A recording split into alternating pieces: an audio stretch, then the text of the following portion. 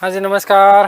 राधे राधे, जय श्री कृष्ण। कैसे हैं सब लोग? बढ़िया, मज़े में, आनंद में। चलिए, ईश्वर आप सबको हमेशा आनंद में रखे, खूब मज़े में रखे, खूब स्वाध्याय करें और खूब अध्ययन करें। दोस्तों, हम बात कर रहे थे मध्यकालीन भारत की, और इस कड़ी में हमने देखा अरबों का आक्रमण पड़ा, और साथ ही साथ हम तुर्क आक्रमण की बात कर रहे थे। इसी तुर्क आक्रमण की कड़ी में आज हम लोग बात करेंगे महमूद गजनवी की। महमूद गजनवी, जिसका शासनकाल का समय 998 ईस्वी से लेकर के, माफ़ कीजिएगा, 998 ईस्वी से लेकर के 1030 ईस्वी तक माना जाता है। सुबक्तगीन का पुत्र था। मैंने आपको बताया कि सुबक्तगीन और इस सुबक्तगीन के दो पुत्र माने जाते हैं। एक इस्माइल बड़ा पुत्र था, और छोटा पुत्र जिसका नाम था महमूद। सुबक्तगीन की मृत्यु होने के बाद में, क्योंकि सुबक्तगीन ने अपने उत्तराधिकारी के रूप में चुना था इस्माइल को, लेकिन इस्माइल ज्यादा दिन इस्माइल नहीं दे सका। इस्माइल को मार दिया किसने? छोटे बेटे महमूद ने। और यही महमूद, छोटा बड़ा खोटा, महमूद गजनवी के नाम से प्रसिद्ध हुआ, और जिसने भारत पर अनेकों बार आक्रमण किए। इसका जो सबसे प्रसिद्ध आक्रमण है उसकी भी हम लोग चर्चा करेंगे। हालांकि मैं इसके आक्रमण आपको सारे के सारे बताऊंगा, लेकिन जो जो महत्वपूर्ण आक्रमण है वो उनको आप विशेष रूप से ध्यान रखें, क्योंकि ज़्यादा आपसे पूछा नहीं जाता। ज़्यादातर जो पूछा जाता है वो गुजरात सोमनाथ आक्रमण के बारे में बात की जाती है। खैर,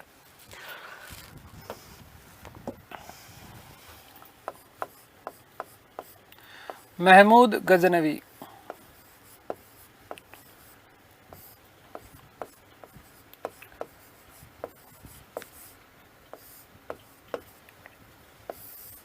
998 से लेकर के 1030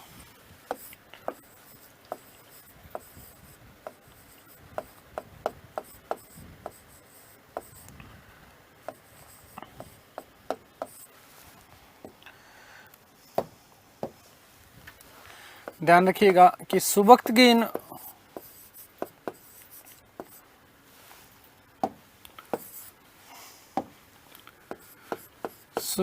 का पुत्र था।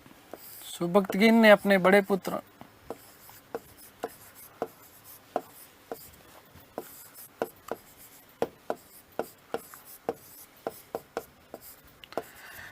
इस्माइल को उत्तराधिकारी घोषित किया।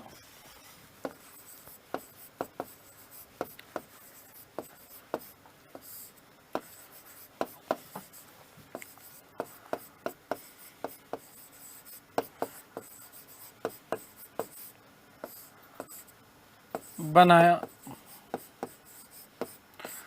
परंतु छोटे पुत्र महमूद ने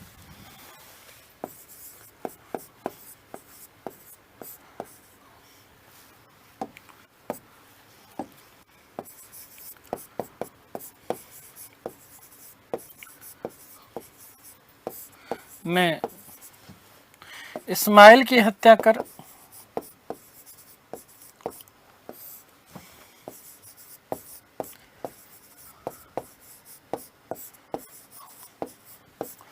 स्वयं शासक बना।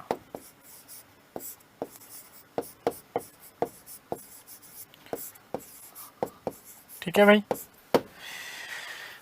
मैंने कहा ना, इस्माइल ज्यादा दिन इस्माइल नहीं कर सका, इसलिए इस्माइल को मार दिया, और मारने के बाद में स्वयं शासक बन गया। यदि बात करें महमूद के जन्म की, तो महमूद का जन्म 1 नवंबर 971 ईस्वी को 1 नवंबर 971 ईस्वी को गजनी में हुआ। इसकी उपाधियों के बारे में कुछ विशेष रूप से ध्यान रखना है। याद रखिएगा कि महमूद गजनवी ने कुछ उपाधियां धारण की, जैसे यामीन उल दौला, एक उपाधि मिलती है यामीन उल अल्लाह। यामीन उल अल्लाह का मतलब होता है भगवान का दाहिना हाथ या साम्राज्य का दाहिना हाथ। महमूद गजनवी प्रथम ऐसा तुर्क शासक था जिसने भारत पर सर्वाधिक 17 बार आक्रमण किए। कितनी बार? 17 बार आक्रमण किए। एक नंबर का लुटेरा आदमी, और केवल इसका जो उद्देश्य था भारत पर आक्रमण करने का, ध्यान रखना कि भारत पर इसका उद्देश्य आक्रमण करने का था, वो लूटपाट करना था। ये साम्राज्य विस्तार नहीं करना चाहता था। हालांकि आगे जब हम बात करेंगे गोरी की, गोरी कौन सा? महमूद गोरी। कौन? महमूद गोरी। तो महमूद गोरी जब आएगा तो उसका मैं आपको बताऊंगा कि गोरी का उद्देश्य जो था वो भारत में साम्राज्य स्थापित करना चाहता था। गौरी भारत में साम्राज्य स्थापित करना चाहता था। तो देखिएगा उपाधियां,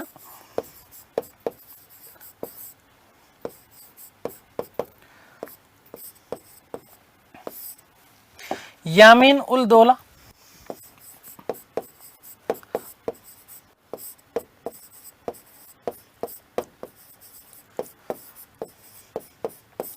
और दूसरी यामीन उल अल्लाह।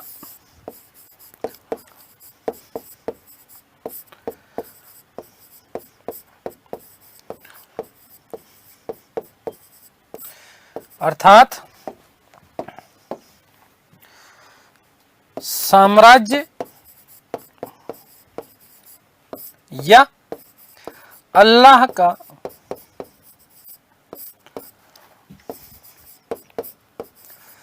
दाहिना हाथ।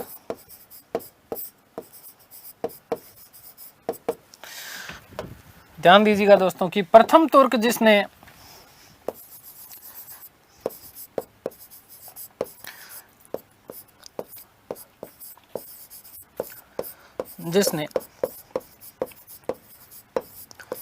भारत पर सर्वाधिक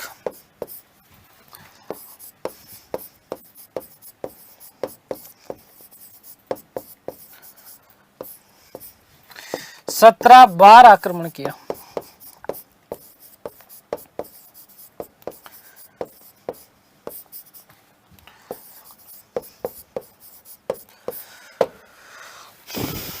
आक्रमण का उद्देश्य भारत को लूटना था। उद्देश्य भारत को लूटना।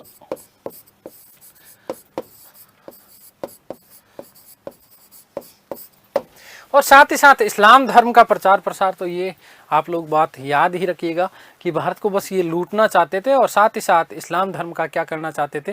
प्रचार प्रसार करना चाहते थे। एक इतिहासकार हुए और उन इतिहासकार का नाम मिलता है इरफान हबीब। उन्होंने ये बात कही है कि महमूद का उद्देश्य केवल और केवल भारत को से धन लूटना था, न कि साम्राज्य विस्तार करना। और नहीं वो कहते हैं नहीं, वो तो इस्लाम धर्म का प्रचार प्रसार भी नहीं करना चाहता था, वो केवल और केवल धन लूटना चाहता था। तो जो मूल उद्देश्य था वो क्या था? भारत को लूटना। भारत की अतुल धन संपदा जो थी,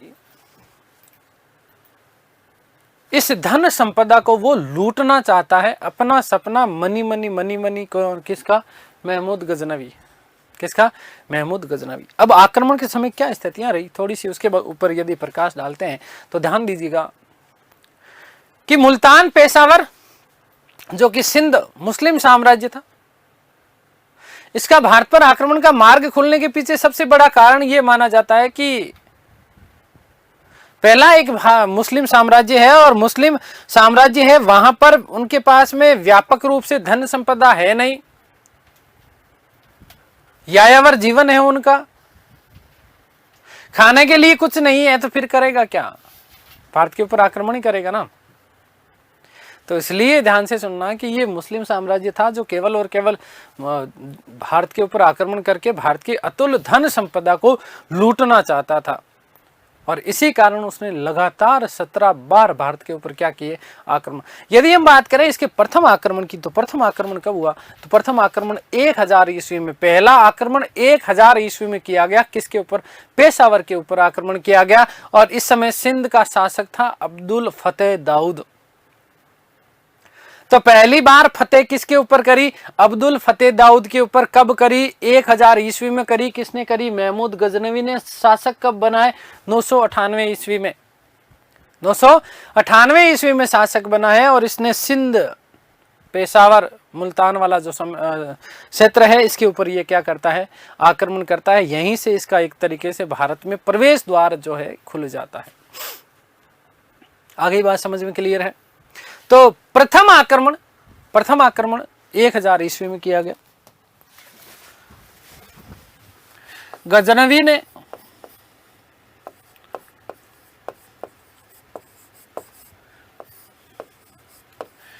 अपना प्रथम आक्रमण, क्योंकि पहला है तो महत्वपूर्ण है, याद रखना, अपना प्रथम आक्रमण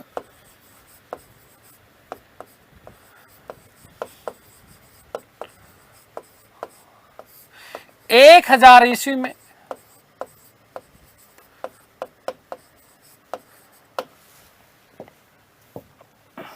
पेशावर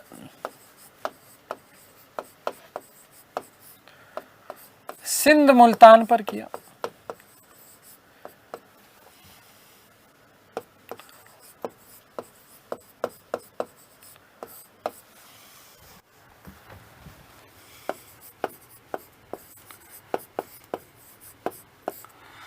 यहां का शासक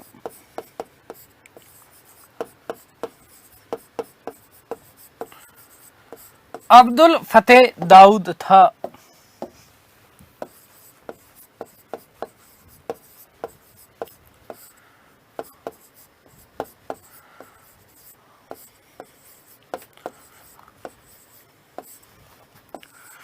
ठीक है, यहाँ का शासक कौन था? अब्दुल फतेह दाऊद यहाँ का पेशावर का शासक हुआ करता था। इसके ऊपर आक्रमण किया, आक्रमण करने के बाद में लूटपाट करी और लूटपाट करने के बाद में यहाँ से लूटा और वापस चला गया। अब मेरी बात सुनना ध्यान से, बहुत अच्छे से, शांति से। आक्रमण में सारे के सारे बताने वाला हूँ, ठीक है ना, सारे आक्रमण बताऊंगा, लेकिन बेटा इसमें से जो जो महत्वपूर्ण है केवल लिखूंगा वही, ठीक है ना, बताऊंगा सारे लेकिन लिखूंगा वही जो आपके एग्जाम की दृष्टिकोण से महत्वपूर्ण है, ठीक है। कोई भी, हालांकि ऐसी आपको गाइड वाइड तो कहीं मिलेगी नहीं, गाइडों के चक्कर में पढ़ना मत कि जहाँ पर आपको पूरे आक्रमण की जानकारी मिल जाए। कुछ ही प्रामाणिक पुस्तकें हैं जहाँ पर आपको इसके जो है जितने आक्रमण इसने किए उनके बारे में जानकारी मिलती है, उनका संक्षिप्त में थोड़ा सा आप लोगों को जो है विवरण दे रहा हूँ। देखिएगा, प्रथम आक्रमण पेशावर के ऊपर मैंने आपको बता दिया, सिंध मुल्तान का शासक था जिसका नाम था अब्दुल फतेह दाऊद। इसका जो दूसरा आक्रमण हुआ पंजाब के ऊपर 1001 ईस्वी में। कब? 1001 ईस्वी में। यहाँ का जो शासक था वो हिंदू शासक था जिसका नाम था जयपाल। ये वही जयपाल है जिसके ऊपर आक्रमण किया था सुबक्तगिन ने। किसने? सुबक्तगिन ने आक्रमण किया था और सुबक्तगिन ने जयपाल को पराजित किया था, पंजाब का शासक। और सबसे बड़ी बात क्या, किस जयपाल के ऊपर आक्रमण किया 1001 ईस्वी में? किसने? महमूद गजनवी ने आक्रमण किया और आक्रमण करने के बाद में जयपाल को पराजित कर दिया। जयपाल को बहुत बुरी तरीके से पराजित किया और साहब जयपाल को बड़ी अपने आप से आत्मग्लानि हुई, अपने आप से नफरत सी हुई कि यार पहले तो बाप आया, फिर बेटा आया और बेटे ने भी हमें पराजित कर दिया, बहुत बुरी बात है ये।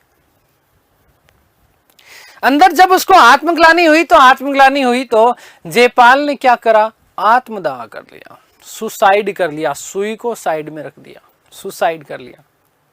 क्या कर लिया बेटा जी? याद रखना, सुसाइड कर लिया।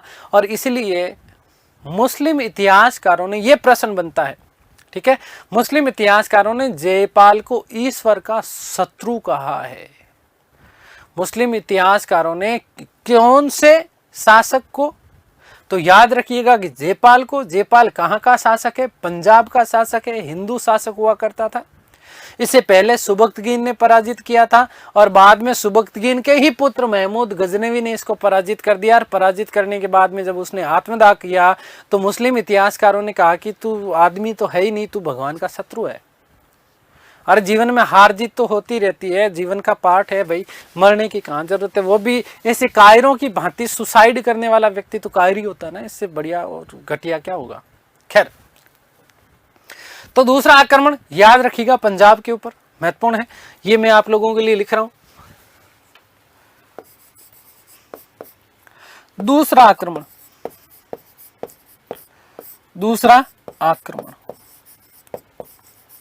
जो महत्वपूर्ण है केवल वही लिखूंगा बेटा। देखिएगा, दूसरा आक्रमण 1001 ईस्वी में, 1001 ईस्वी में महमूद ने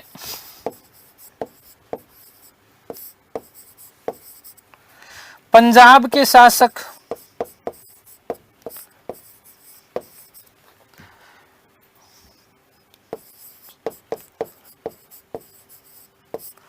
जयपाल पर आक्रमण किया।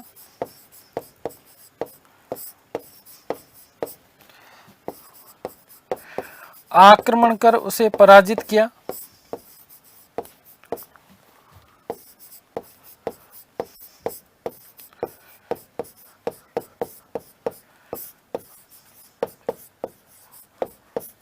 जयपाल ने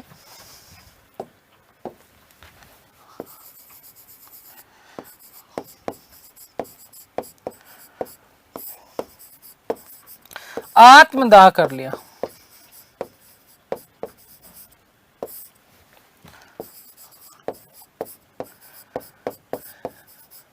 याद रखिएगा बेटा कि मुस्लिम इतिहासकारों ने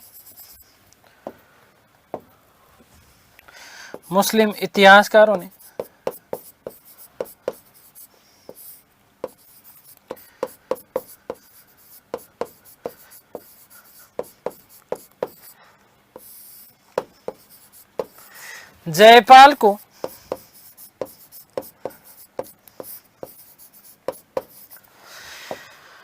ईश्वर का शत्रु कहा है।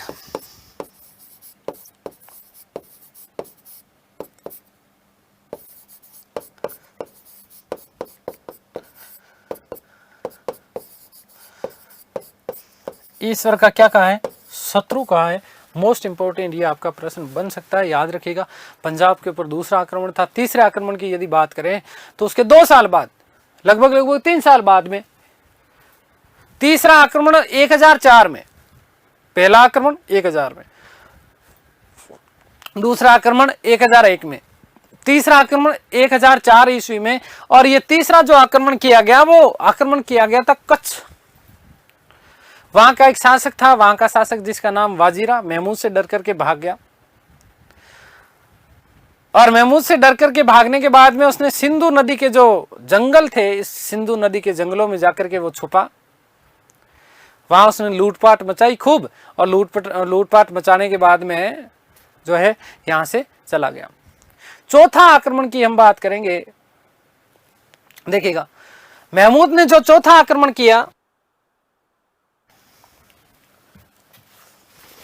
यह आप लोगों के लिए महत्वपूर्ण बन जाता है। चौथा आक्रमण किया गया, वो किया गया मुल्तान के ऊपर 1005 ईस्वी में, और वहां का शासक था दाऊद, शिया मुस्लिम हुआ करता था।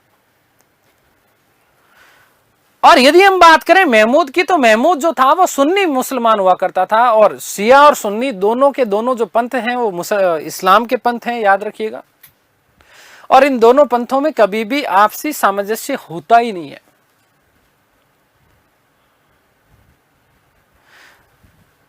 तो चूंकि मुल्तान का शासक दाऊद शिया मुस्लिम था, और महमूद गजनवी जो कि गजनी का है, और ये सुन्नी मुसलमान है, तो ये जब जब भारत के ऊपर आक्रमण करने के लिए जाता है तो वो मुल्तान होते हुए जाता था। मुल्तान के शासक दाऊद ने इसे महमूद गजनवी को मुल्तान से रास्ता देने के लिए मना कर दिया। उसने कहा कि तेरी जो सेना है उस सेना को मैं मेरे राज्य से भारत के ऊपर आक्रमण करने के लिए जाने ही नहीं दूंगा। जब इस प्रकार की बात हुई तो यहीं से महमूद गजनवी ने आक्रमण किया, किसके ऊपर? मुल्तान के ऊपर। और आक्रमण करने के बाद में दाऊद को बहुत बुरी तरीके से पराजित किया।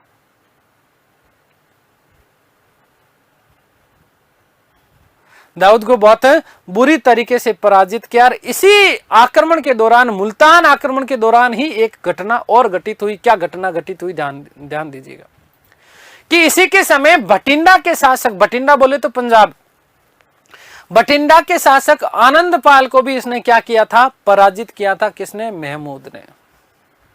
चौथा आक्रमण में 2 चीजें याद रखना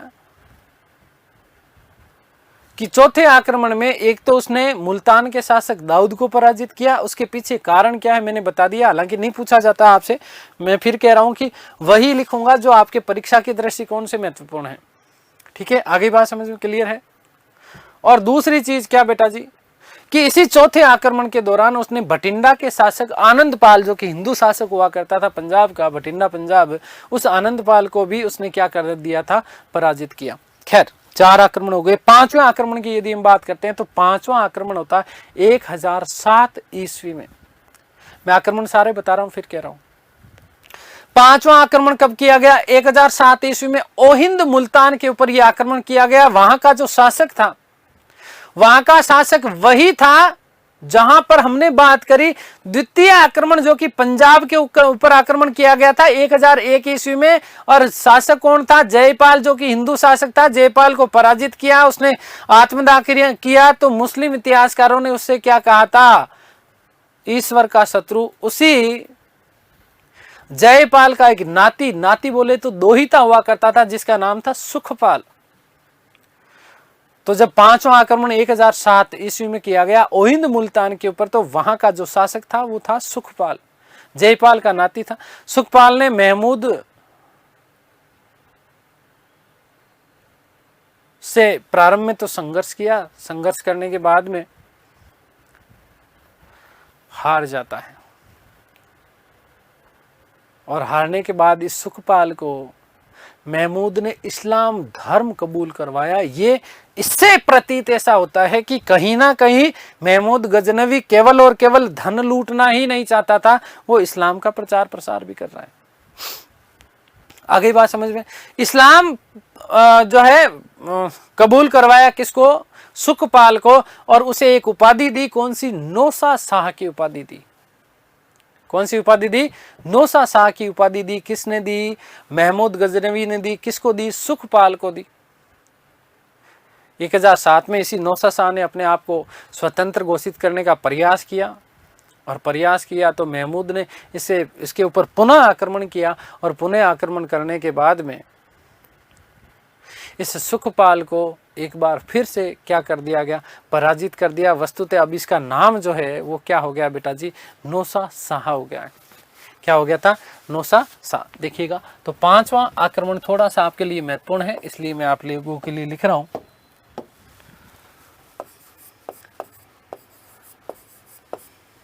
पांचवा आक्रमण याद रखिएगा कि पांचवा 1007 ईस्वी में हुआ।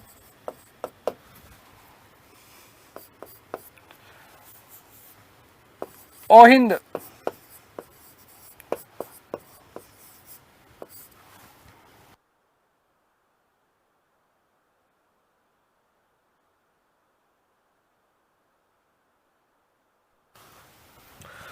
मुल्तान,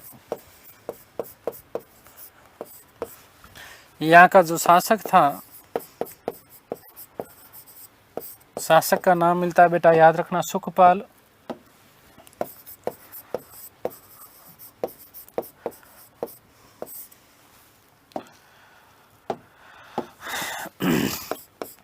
महमूद ने, सुखपाल जो था वो याद रखना जयपाल का नाती था, जयपाल का नाती।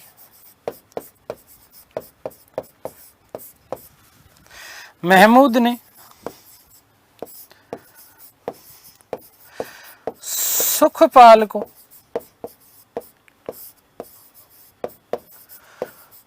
पराजित कर इस्लाम कबूल करवाया।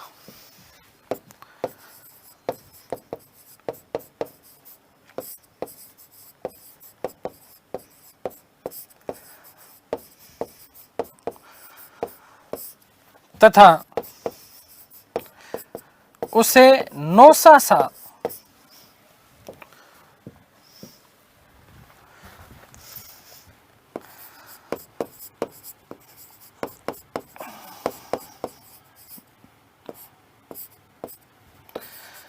की उपाधि प्रदान की।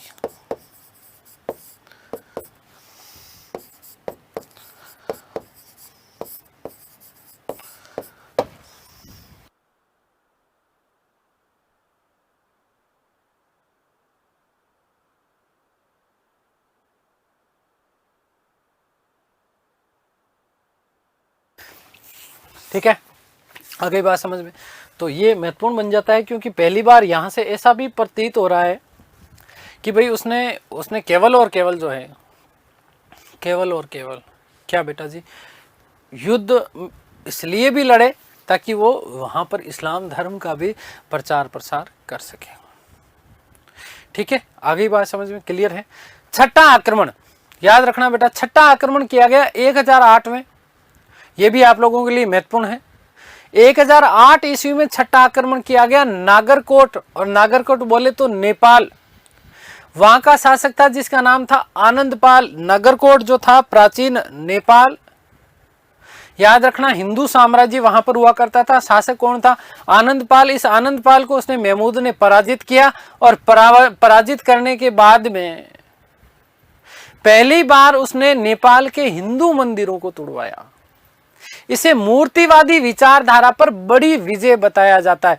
प्रश्न ये बन सकता है आपका कि महमूद की मूर्तिवादी विचारधारा के ऊपर बड़ी विजय कौन से युद्ध को या कौन सी विजय को माना जाता है, या फिर इसी को घुमा करके पूछ लेंगे कि नेपाल के ऊपर कौन सा आक्रमण, नगरकोट के ऊपर कौन सा आक्रमण किया गया। तो याद रखिएगा, इसका छठा आक्रमण ये आपके लिए महत्वपूर्ण बन जाता है। छठा आक्रमण जिसे मूर्तिवादी विचारधारा के ऊपर बड़ी विजय बताया जाता है, छठा आक्रमण।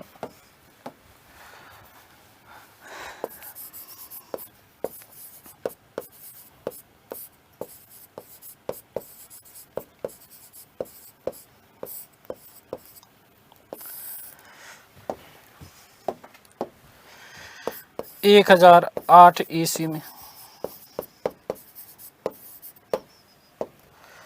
नगरकोट नेपाल।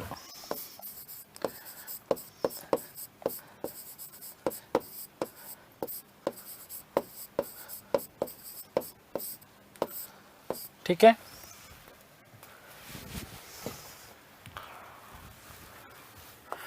यहां हिंदू शासक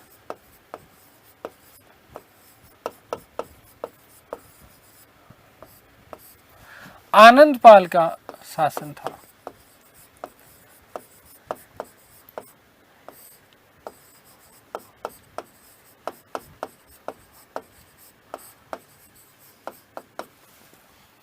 महमूद ने इसे पराजित कर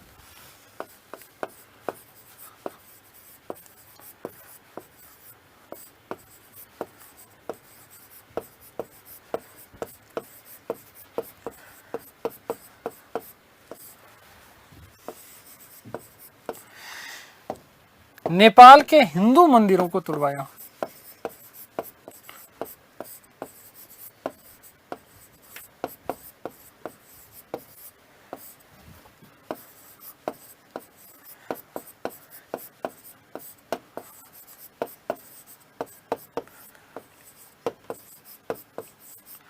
ठीक है, ये महत्वपूर्ण प्रश्न है। इसे मूर्तिवादी विचारधारा पर इस विजय को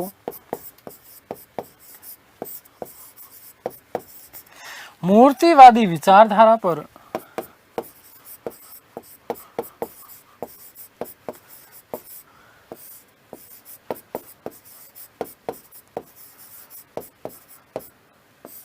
मूर्तिवादी विचारधारा का मतलब समझते हो ना आप?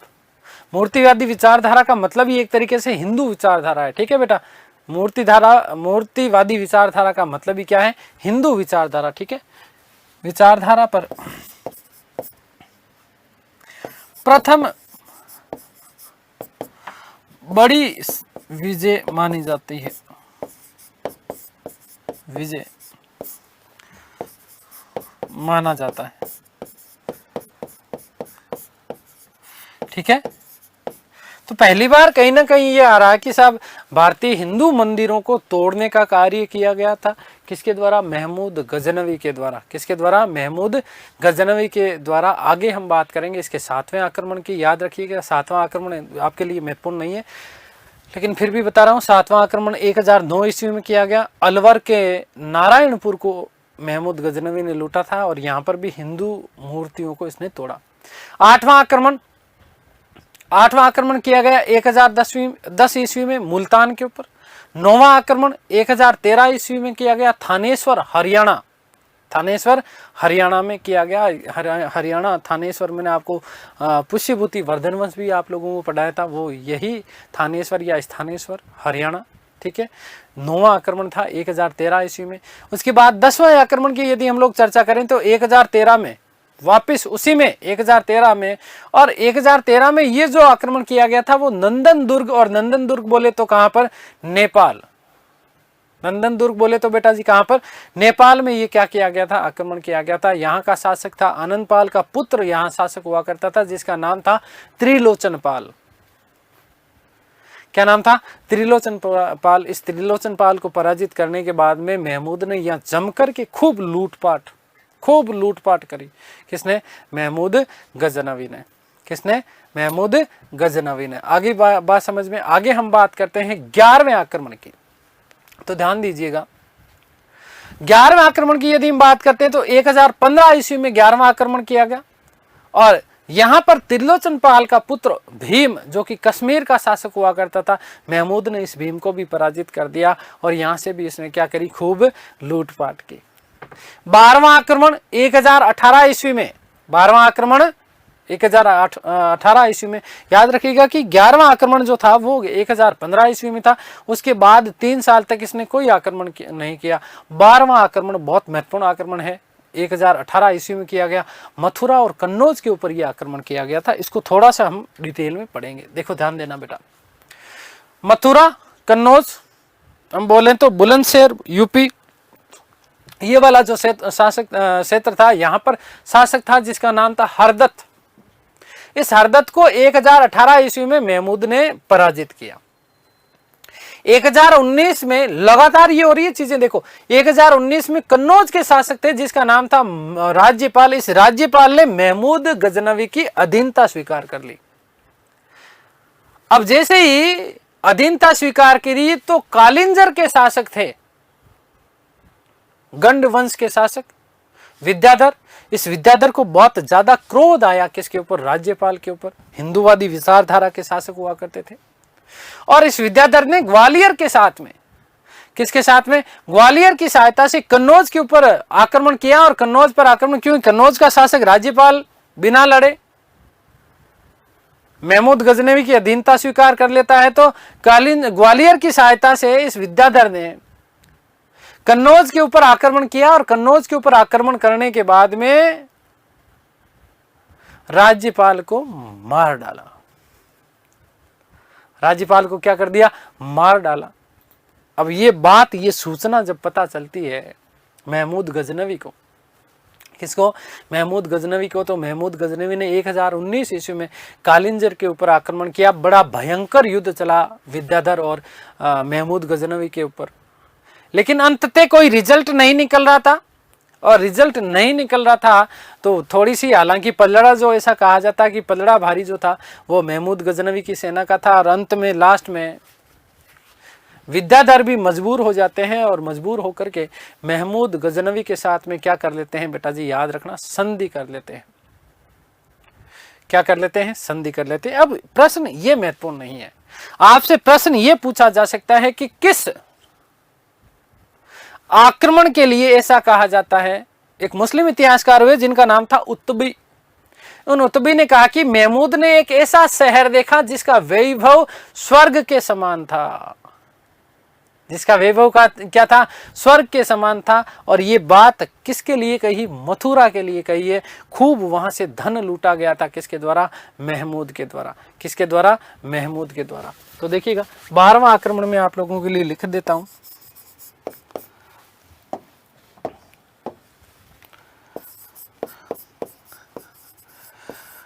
12वां आक्रमण,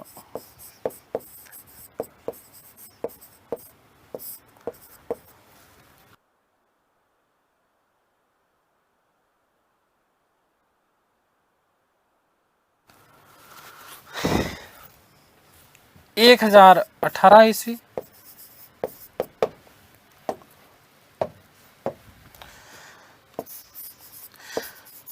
मथुरा वे कन्नौज आक्रमण, कन्नौज आक्रमण।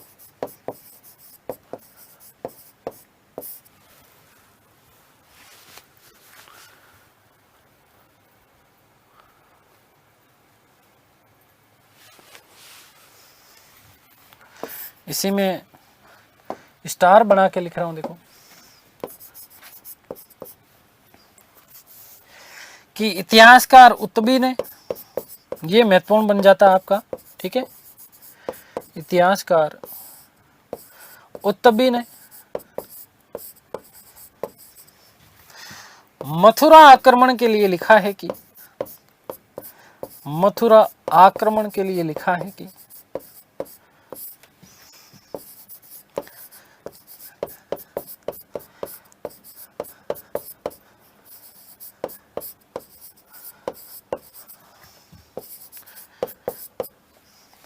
महमूद ने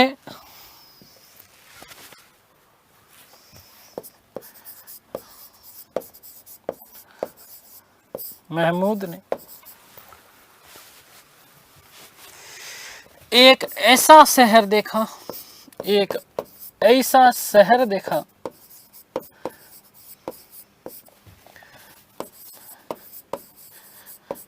जिसका वैभव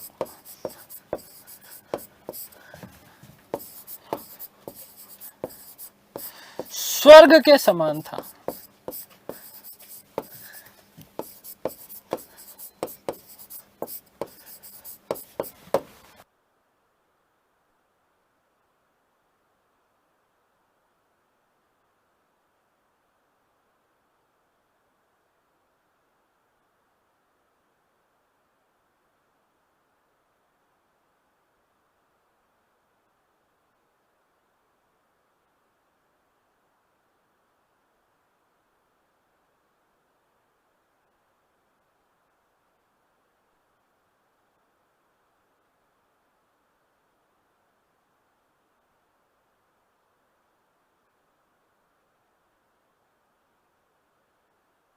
ठीक है, तो ये बात आप लोग विशेष रूप से इसको याद रखिएगा कि कौन से आक्रमण के लिए ऐसा कहा गया है कि महमूद ने एक ऐसा शहर देखा जिसका वैभव स्वर्ग के समान था, मथुरा, भगवान श्री कृष्ण की नगरी। खैर, 13वां आक्रमण 1020 में बुंदेलखंड, एक बार फिर से बुंदेलखंड किरात क्षेत्र के ऊपर आक्रमण किया गया। केवल दिमाग में बस ऐसे ही रखना, ठीक है, नहीं पूछा जाता प्रश्न। 14वें आक्रमण की बात करते हैं तो 1021 ईस्वी में, कब? 1021 ईस्वी में 14वां आक्रमण किया गया ग्वालियर और कालिंजर के ऊपर, और वहां का शासक था गोंडा। महमूद और गोंडा के बीच में क्या हो गया था? संधि हो गई, ठीक है। 15वां आक्रमण 1024 ईस्वी में, कब? 1024 ईस्वी में जैसलमेर के ऊपर आक्रमण किया, जैसलमेर का लोगार्द क्षेत्र, जैसलमेर का लोगार्द क्षेत्र, और साथ ही साथ गुजरात। अब देखो, यहां से होती है आपकी गड़बड़। गुजरात के दो क्षेत्र थे, जिसका एक का नाम था चिकलोदर और दूसरे का नाम था अहिनलवाड़ा। 15वें आक्रमण में, क्योंकि अब समस्या यहां पर यह आ जाती कि कई जो गाइडें हैं वो आपको मिसगाइड करती है। सोमनाथ आक्रमण को 15वां आक्रमण बता दिया गया है, क्योंकि गुजरात के ऊपर आक्रमण किया गया था। कहां पर? चिकलोदर और अहिनलवाड़ा पर। तो कई जो गाइड वाले हैं ना, वो गड़बड़ यहीं से करते हैं कि सोमनाथ आक्रमण बेटा 15वां आक्रमण नहीं होकर के 16वां आक्रमण है। गुजरात पर आक्रमण जरूर किया गया 15वां आक्रमण, लेकिन गुजरात के दो क्षेत्रों को लूटा था। गुजरात के दो क्षेत्रों को लूटा था। कौन कौन सा? चिकलोदर और अहिनलवाड़ा। मैं दोनों के दोनों आपके लिए नाम लिख देता हूं। देखो,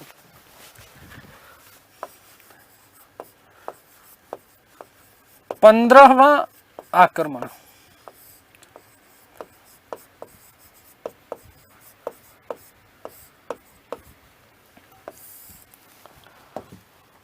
ये ध्यान रखना, इसका विशेष रूप से कई लोगों ने गड़बड़ करी है, और इसीलिए वो जो है सोमनाथ आक्रमण की तिथियों में भी वहां पर गड़बड़ मिलती है।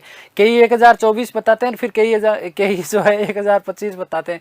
तो 1025 में हुआ एग्जैक्ट 16वां आक्रमण है सोमनाथ आक्रमण, ठीक है। 1024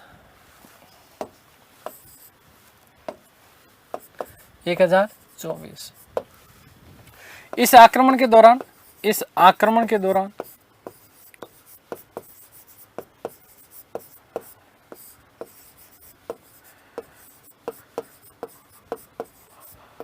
महमूद ने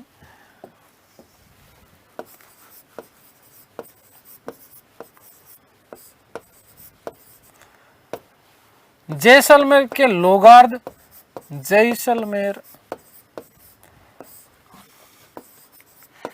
के लोगार्द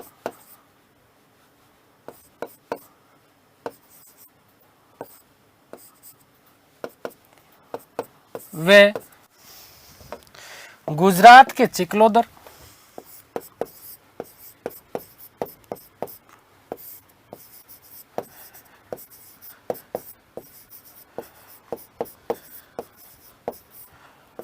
वे अनहिलवाड़ा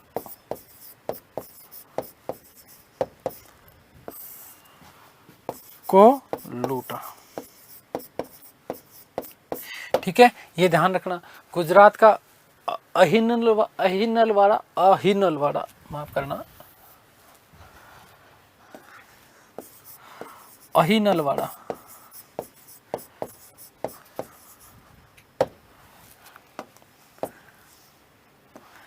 ठीक है, गुजरात का अहिनलवाड़ा और चिकलोदर नामक ये दो क्षेत्र थे। इन दोनों क्षेत्रों को बहुत बुरी तरीके से लूटा था और लूटपाट करने के बाद में वापस चला गया। जब ये इसने इस आक्रमण के दौरान उसके कुछ सूचनाएं मिली। क्या मिली? कि सोमनाथ जो है वो बड़ा वैभवशाली है और सोमनाथ से इतनी ज्यादा मात्रा में धन मिल सकता है कि शायद उसके बाद कभी भी उसे आक्रमण करने की जरूरत नहीं पड़े।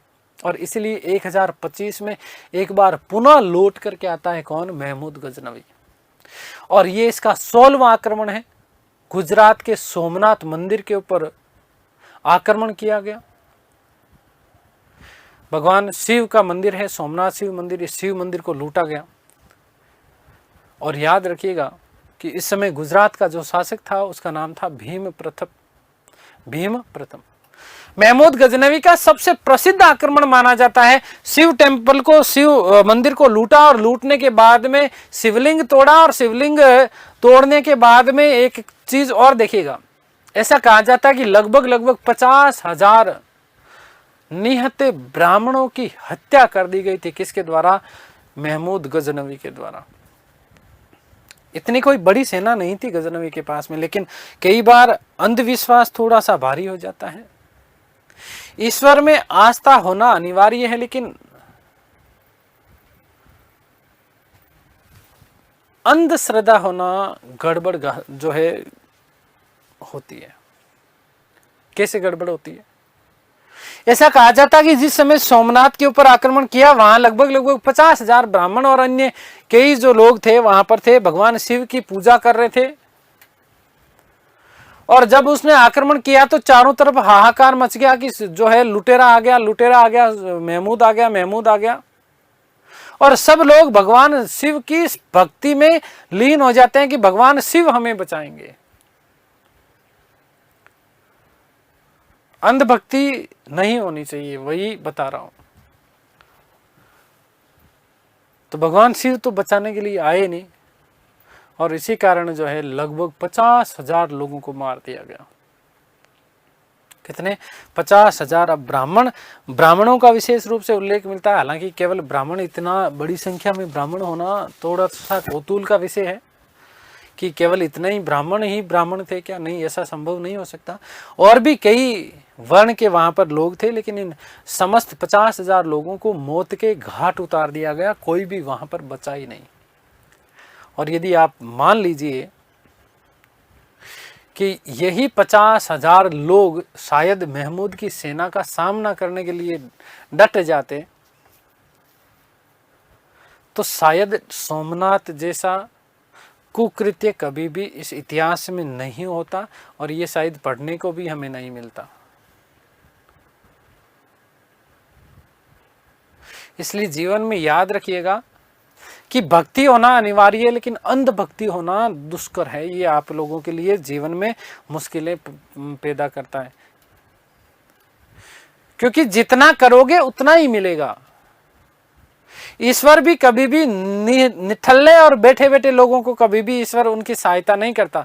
और किसी ने कहा भी है कि जो व्यक्ति अपनी सहायता स्वयं नहीं करता, उसकी सहायता तो भगवान भी नहीं करते। ईश्वर को भी लग गया यार कैसे ये तो बेकार लोग है ना, जो दूसरों के ऊपर इस प्रकार से आश्रित हो वो खुद का भला कैसे करेंगे, तो ये तो वैसे ही बोझ है। तो सारे के सारे लोग मारे गए इसमें। ठीक है, आगे बात समझ में, शिवलिंग को तोड़ के चला गया। इसीलिए याद रखिएगा कि महमूद गजनवी को बुत शिकन या बुत कैसिन, है ना, मूर्ति भंजक कहा जाता है। क्या कहा जाता है? मूर्ति भंजक, मूर्तियों को तोड़ने वाला कहा जाता है। किसको? महमूद गजनवी को। इसमें कुछ विशेष बातें बेटा, सोमनाथ मंदिर का पुनर्निर्माण भी कई बार करवाएगा। महमूद के द्वारा ध्वस्त इस मंदिर का सर्वप्रथम पुनर्निर्माण करवाया गया था 1026 ईस्वी में भीमपाल प्रथम, जो कि चालुक्य वंश के शासक थे। ये प्रश्न बहुत बार पूछा जा चुका है, इस प्रश्न का विशेष रूप से याद रखिएगा। एक दूसरी बार इसका पुनर्निर्माण करवाया गया था 1196 ईस्वी में, 1196 ईस्वी में कुमारपाल के द्वारा। 1765, वेरी मोस्ट इंपॉर्टेंट, याद रखिएगा कि 1765 ईस्वी में इसका एक बार पुनर्निर्माण करवाया गया। इसके पीछे कारण क्या था कि 1669 ईस्वी में मुगल शासक औरंगजेब, जब आगे हम पढ़ेंगे तब इसकी बात करेंगे, औरंगजेब ने एक बनारस फरमान जारी किया और इसी बनारस फरमान जारी करने के बाद में उसने हिंदू मंदिरों को तोड़वाया, एक नए पद की नियुक्ति की थी जिसे मुहतसिब कहते थे। इन भारतीय हिंदू मंदिरों को तोड़ने का कार्य मुहतसिबों को दिया गया।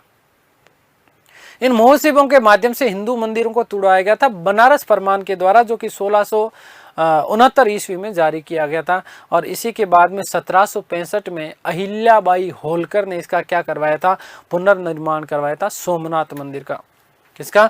सोमनाथ मंदिर का। बात याद रखिएगा, अहिल्याबाई होलकर वाला मोस्ट इंपोर्टेंट बनता है। और फिर एक प्रश्न बनता है कि साहब स्वतंत्र भारत में सोमनाथ मंदिर का आक्रमण जो है पुनर्निर्माण किसके द्वारा और कब करवाएगा? तो याद रखिएगा कि 1950 में सरदार वल्लभ भाई पटेल के द्वारा इस सोमनाथ मंदिर का एक बार पुनर्निर्माण करवाया गया था 1950 ईस्वी में। देखिएगा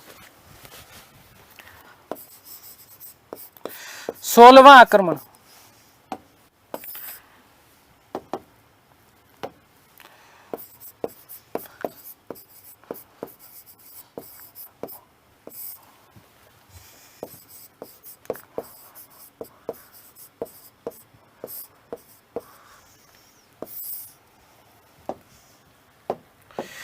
एक 1025 ईस्वी,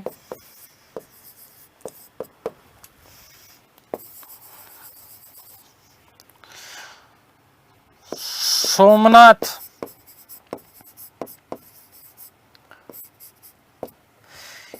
के शिव मंदिर को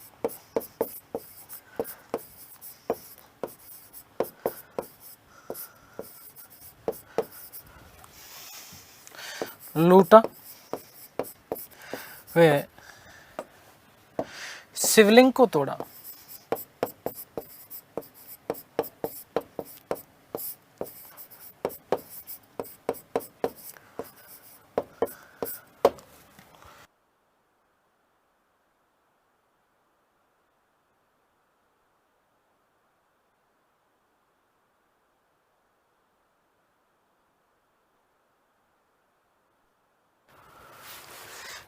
इस समय याद रखिएगा कि गुजरात का शासक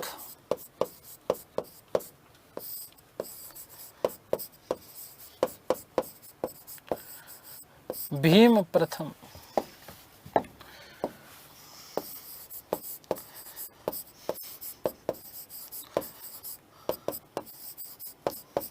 ठीक है, महमूद का सबसे प्रसिद्ध आक्रमण माना जाता है। महमूद का सबसे प्रसिद्ध आक्रमण माना जाता है।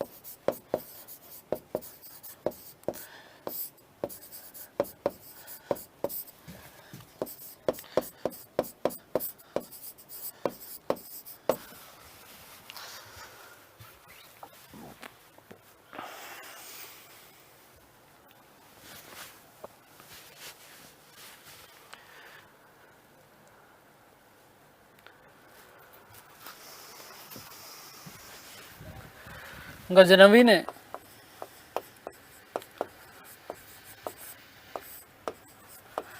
इस आक्रमण के दौरान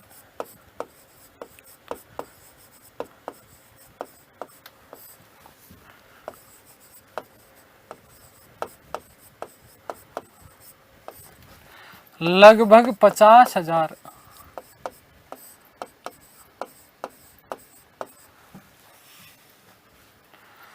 ब्राह्मणों की हत्या की।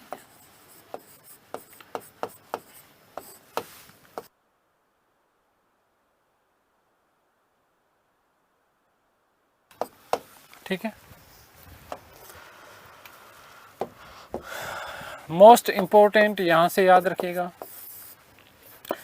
कि सोमनाथ मंदिर का पुनर्निर्माण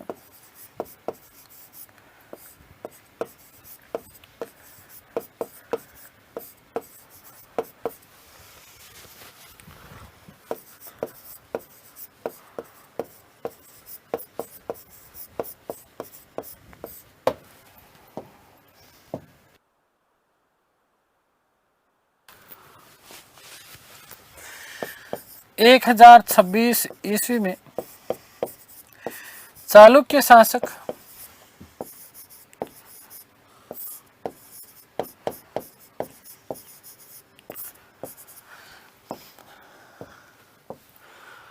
भीमपाल प्रथम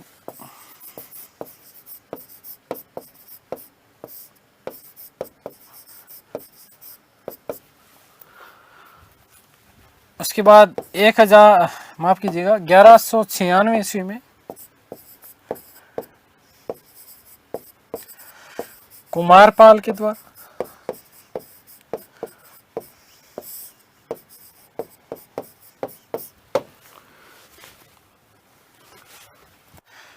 एक, नंबर 2, नंबर 3, 1765 ईस्वी में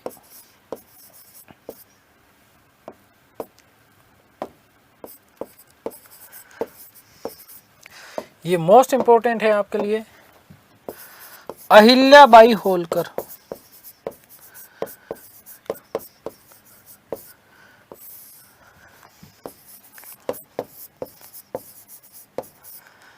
अहिल्याबाई होलकर, यहां पर नोट लगा रहा हूं।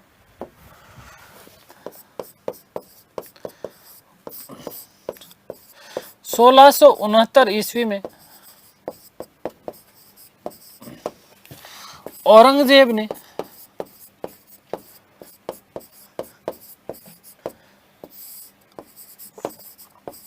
बनारस फरमान द्वारा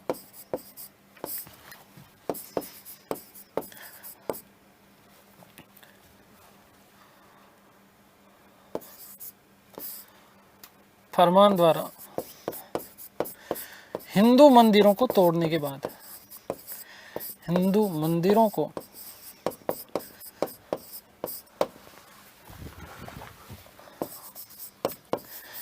तोड़ने के बाद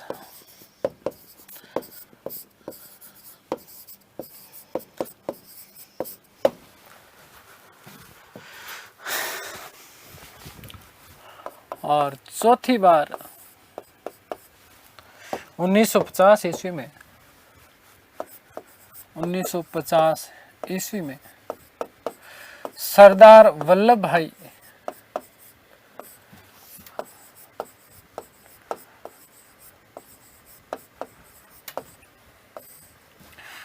पटेल के द्वारा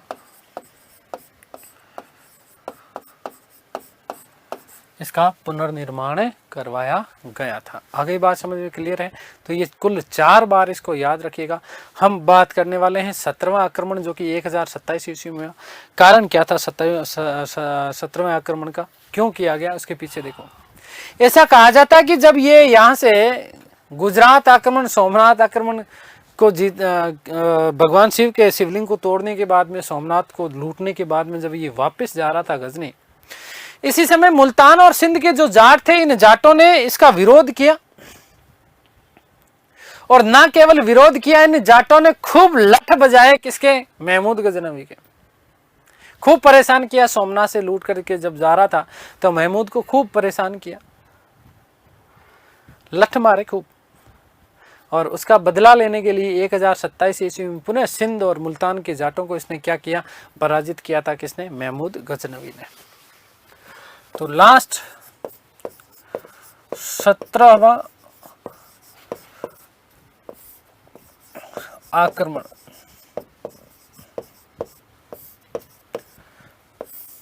1027 ईस्वी।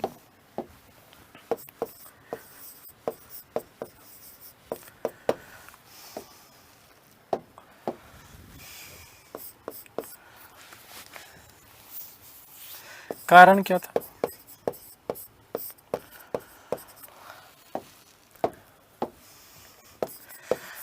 सोमनाथ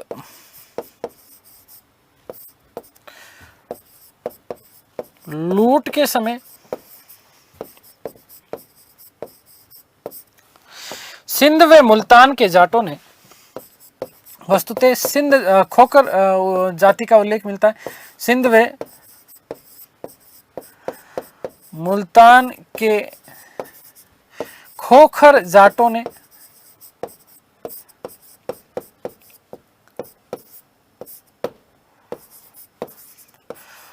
महमूद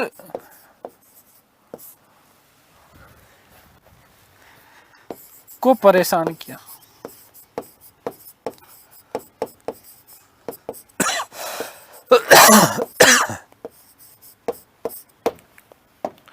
महमूद ने 1027 ईस्वी में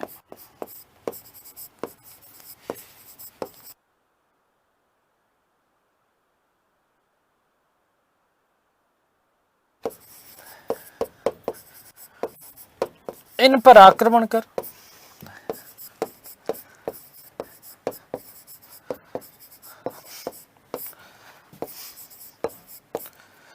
पराजित किया।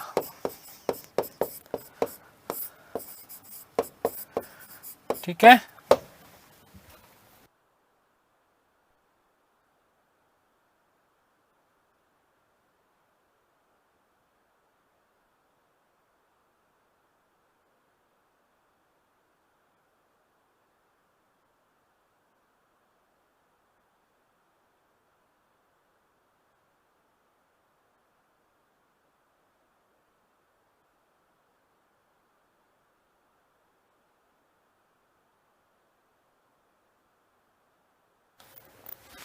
ठीक है।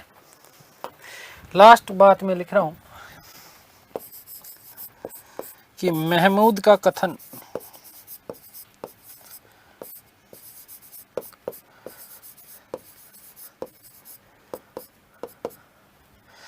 महमूद का क्या कथन था? महमूद कहता है कि मैं बुत सिकन हूं, मैं बुत सिकन हूं, अर्थात मूर्ति भंजक हूं, बुत परस्त नहीं। बुत परस्त का मतलब मूर्ति पूजक।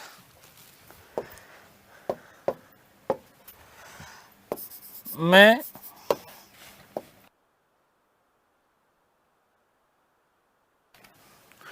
बुत सिकन हूं,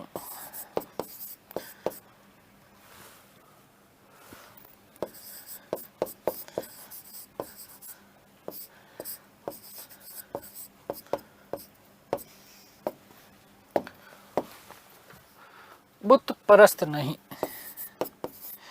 बुत परस्त नहीं। बुत सिकन का मतलब मूर्ति भंजक, मूर्ति भंजक। ठीक है, बुत परस्त का मतलब क्या होता है? मूर्ति की पूजा करने वाला, मूर्ति पूजक, मूर्ति पूजक। ठीक है, आगे बात समझ में। तो इसलिए महमूद गजनवी को बुत सिकन या बुत कैसिन भी कई जगह शब्द मिलता है, ये याद रखिएगा। ठीक है ना। महमूद गजनवी ऐसा कहता कि हिंदुओं से घृणा करता था, इसलिए उसने शिवलिंग के जो टुकड़े तोड़े थे सोमनाथ मंदिर से, उन टुकड़ों को वो ऊँटों के ऊपर लाद करके या खच्चरों के ऊपर लाद करके गजनी भेज दिया था, और गजनी में मस्जिद जो थी उस मस्जिद की सीढ़ियों के ऊपर उन टुकड़ों को लाद दिया था। कुछ थोड़े से हम महमूद गजनवी के कुछ इतिहासकारों के बारे में हम लोग बात करेंगे और कुछ रही सही बातें करेंगे हमारी अगली क्लास में, और साथ ही साथ महमूद गोरी के बारे में पढ़ेंगे। फिर दिल्ली सल्तनत वाला जो पार्ट है हम लोग स्टार्ट करेंगे। तब तक के लिए सभी को धन्यवाद, नमस्कार, थैंक यू सो मच।